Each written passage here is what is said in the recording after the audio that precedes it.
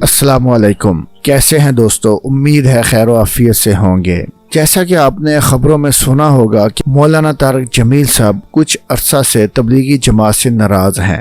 بہت سی افواہیں گردش کر رہی ہیں، لیکن ابھی تک کوئی حتمی وجہ نہیں بتا سکا، نہ ہی صحیح معلوم ہو سکی کہ مولانا صاحب تبلیغی جماعت سے کیوں ناراض ہوئے۔ اب تبلیغی جماعت سے ناراضگی کے بعد اگلا قدم انہوں نے جو اٹھایا وہ آپ سکرین پہ تصویر دیکھ رہے ہیں، جس میں جماعت الدعوہ کے مرکزی رہنماؤں کے ساتھ مولانا طارق جمیل صاحب ملاقات فرما رہے ہیں۔ اب اس ملاقات کا مقصد کیا ہے، یہ بھی ایک معمہ ہے۔ اس مقصد کو بھی مولانا طارق جمیل صاحب ہی صحیح جانتے ہیں۔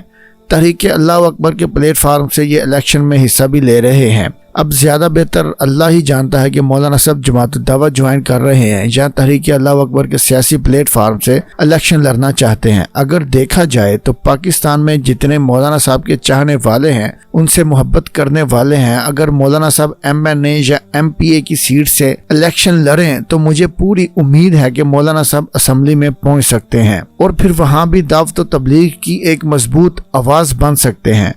اب حالات کا تقاضا بھی یہ ہے اور ایک بہت ضرورت بھی کہ ایوان بالا میں ایسی شخصیات کو پہنچایا جائے جو اسلام کی مضبوط آواز ہوں، اسلام کی پہچان ہوں۔ امید ہے کہ یہ ملاقات کوئی اچھا رنگ ہی لائے گی۔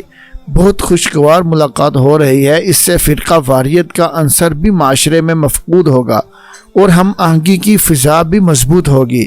اگر مولانا صاحب تحریک اللہ اکبر کے پلیٹ فارم سے الیکشن لڑتے ہیں تو یہ بھی پاکستان کے حق میں، پاکستان کے اہل اسلام کے لیے بہت ہی خوش آئند بات ہے، بلکہ خوشخبری کی حیثیت رکھتی ہے۔ مولانا طارق جمیل نے ممبر و محراب پہ بہت گراں قدر خدمات سر انجام دی ہیں، اب ان کی آواز ایوان بالا سے بھی گونجنی چاہیے۔